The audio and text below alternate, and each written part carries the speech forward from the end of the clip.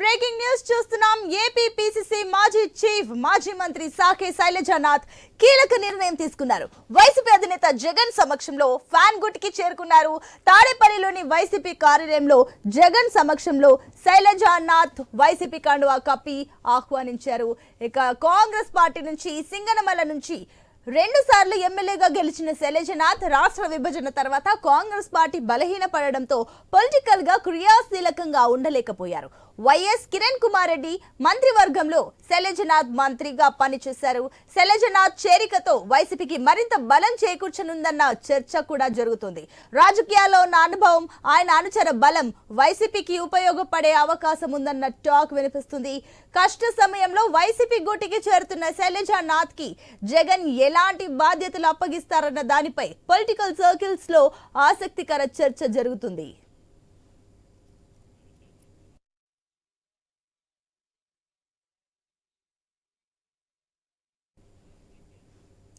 AP PCC మాజీ chief మాజీ మంత్రి సాకే శైలజానాథ్ కీలక నిర్ణయం తీసుకున్నారు.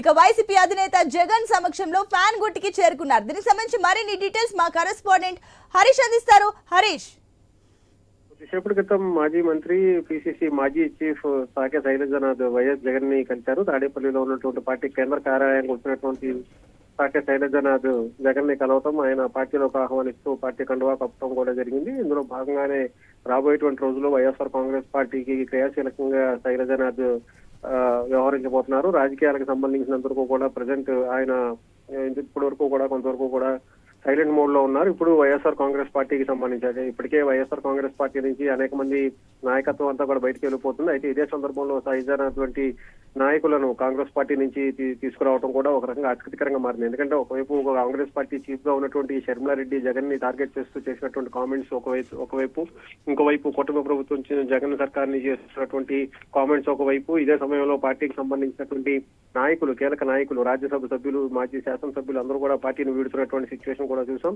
అయితే ఇప్పుడు ఉన్నటువంటి సిచ్యువేషన్స్ లో పార్టీని ముందుకు నడపడం కూడా కష్టంగా మారినటువంటి నేపథ్యంలో ఇప్పుడు పీసీసీ చీఫ్ గా పనిచేసినటువంటి శైలజానాథ్ అనే వ్యక్తి పార్టీలో జాయిన్ అవడం కూడా ఒక రకంగా చర్చనీయాంశంగా మారింది. ఎందుకంటే సింగనమల నియోజకవర్గం నుంచి ఆయన సీటు ఆశిస్తున్నట్టుగా ప్రచారం జరుగుతుంది. అందులో భాగంగానే సింగనమల నియోజకవర్గానికి సంబంధించినటువంటి నాయకత్వానికి సంబంధించినటువంటి టీమ్ లో శైలజానాథ్ పనిచేసేటువంటి సిచ్యువేషన్ కనిపిస్తుంది. అందులో భాగంగానే ఆయనకి పార్టీ నుంచి ఆహ్వానం అందడంతో శైలజానాథ్ వచ్చి జగన్ కలిశారు. పార్టీ కండువా కప్పుకున్నటువంటి సిచ్యువేషన్ ఉంది. మొత్తం మీద వైఎస్ఆర్ కాంగ్రెస్ పార్టీకి సంబంధించినంత వరకు కూడా కాంగ్రెస్ పార్టీని టార్గెట్ గా చేసుకుని పూర్తిగా కాంగ్రెస్ పార్టీకి సంబంధించినటువంటి నాయకత్వంలో ఉన్నటువంటి కీలకమైనటువంటి నాయకులు కూడా మరికొంతమంది వైఎస్ఆర్ కాంగ్రెస్ పార్టీ నుంచి కూడా కొద్దిసేపటి క్రితం శైలజానాథ్ స్పష్టం చేశారు.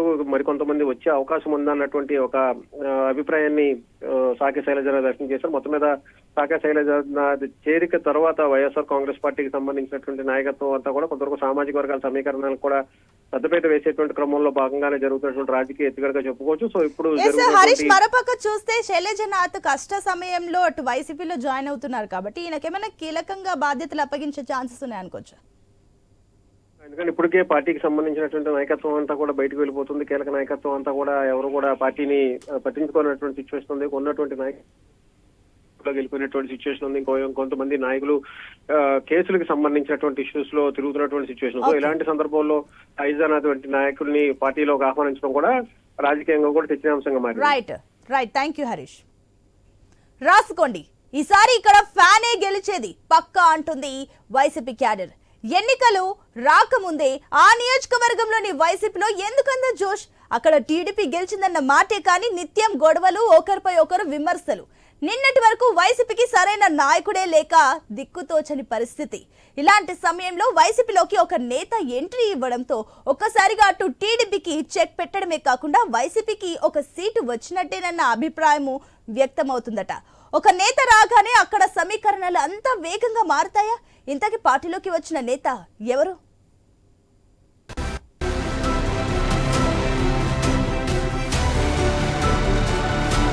రాజకీయాల్లో ఎప్పుడు ఏం జరుగుతుందో ఎవరు ఊహించలేరు. అధపాతాళంలో ఉన్న పార్టీ ఒక్కోసారి అనుకోకుండా పుంజుకుని అధికారంలోకి వస్తుంది. అధికారంలో ఉన్న పార్టీ అధపాతాళానికి పోతుంది. ప్రస్తుతం అనంతపురం జిల్లా సింగనమల నియోజకవర్గంలో అలాంటి పరిస్థితి కనిపిస్తుంది. నిన్నటి వరకు ఇక్కడ వైసీపీ పరిస్థితి ఏంటి అంటే ఆ పార్టీ నేతలే సమాధానం చెప్పలేని విధంగా ఉండేది. ఇక్కడ నియోజకవర్గ సమన్వయకర్త ఎవరు, పార్టీని ఎవరు లీడ్ చేస్తారో, ఎవరి ఆధ్వర్యంలో పనిచేయాలో ఇలాంటి అనేక సందేహాలు ఉండేవి. ఇప్పుడు ఒక్కసారిగా సీన్ మొత్తం మారిపోయింది. ఈసారి సింగనమల నియోజకవర్గంలో వైసీపీ పక్కా గెలుస్తుంది, రాసి పెట్టుకోండి అంటూ అక్కడ వైసీపీ నేతలు ఫిక్స్ అవుతున్నారు. అంత సడన్ గా ఇక్కడ వచ్చిన మార్పు ఏంటి అంటే ఆ మార్పు పేరు శైలజనాథ్. శైలజనాథ్ గురించి పెద్దగా పరిచయం అక్కర్లేదు. శైలజనాథ్ సొంత నియోజకవర్గం అనంతపురం జిల్లా సింగనమల. ఇప్పుడు ఆయన వైసీపీలో చేరడంతో సింగనమలలో పరిస్థితులు పూర్తిగా మారిపోయాయి.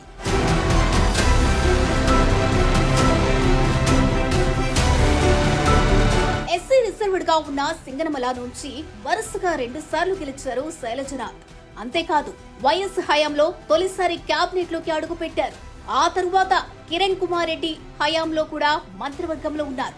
మొదటి నుంచి వైఎస్ బ్యాచ్ గా ఉండే శైలజనాథ్ ఆ తరువాత కాంగ్రెస్ వాదిగా మారిపోయారు. 2 సార్లు మంత్రిగా చేసిన ఆయనకు పిసిసి పదవి కూడా వరించింది. అంతేకాదు జాతీయ స్థాయిలో పదవులు ఇచ్చారు. ఎన్నికల సమయాల్లో పలు రాష్ట్రాలకు ఇన్ఛార్జ్ గా పనిచేశారు కూడా.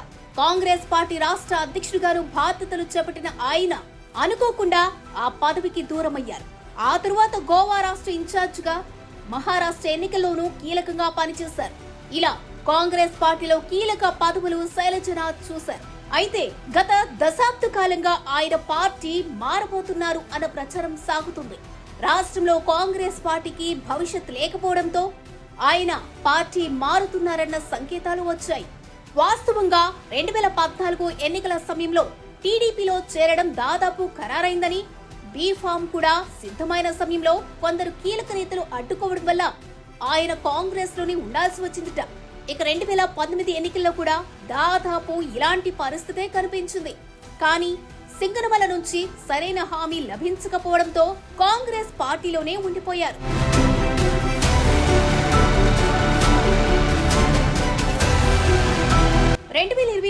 ఎన్నికల సమయంలో కూడా ఇలాంటి టాక్ మొదలైంది. ఈసారి శైలజనాథ్ కు టీడీపీ టికెట్ కన్ఫర్మ్ అన్నట్టుగా ప్రచారం సాగింది. టీడీపీ అధిష్టానం మాత్రం చివరి వరకు లాగకుండా మొదట్లోనే ఈ ప్రచారానికి బ్రేక్ వేసింది. సింగనమల టికెట్ బండారు శ్రావణికి ఇచ్చేసింది. దీంతో శైలు కాంగ్రెస్ లోనే కొనసాగాల్సి వచ్చింది. టీడీపీ అక్కడ విజయం సాధించింది. శైలజనాథ్ టాపిక్ పూర్తిగా మరుగున పడింది. అయితే టీడీపీ గెలిచిందన్న మాటే కానీ ఇక్కడ ఆ పార్టీలో అంతర్గత కలహాలు ఒక రేంజ్ లో కొనసాగుతున్నాయి. ఇక టీడీపీ అధికారంలో ఉన్నా ఇక్కడ ఆ పార్టీలో ఐక్యత అన్నదే కనిపించడం లేదు. అధిష్టానం కూడా ఏమీ చేయలేని పరిస్థితి. వైసీపీలో అయితే ఇంతకంటే దారుణమైన పరిస్థితులు కనిపించాయి. సిట్టింగ్ ఎమ్మెల్యే జొన్నలగడ్డ పద్మావతి ఆమె భర్త సాంబశివారెడ్డిని కాదని టిప్పర్ డ్రైవర్ గా ఉన్న వీరాంజనేయులకు టికెట్ ఇచ్చింది వైసీపీ అధిష్టానం. సాంబా కుటుంబానికి టికెట్ ఇస్తే సహకరించేది లేదంటూ వైసీపీలోని చాలా మంది కీలక నాయకులు తెగేసి చెప్పారు. అందుకే అధిష్టానం ఈ మార్పు చేస్తుంది.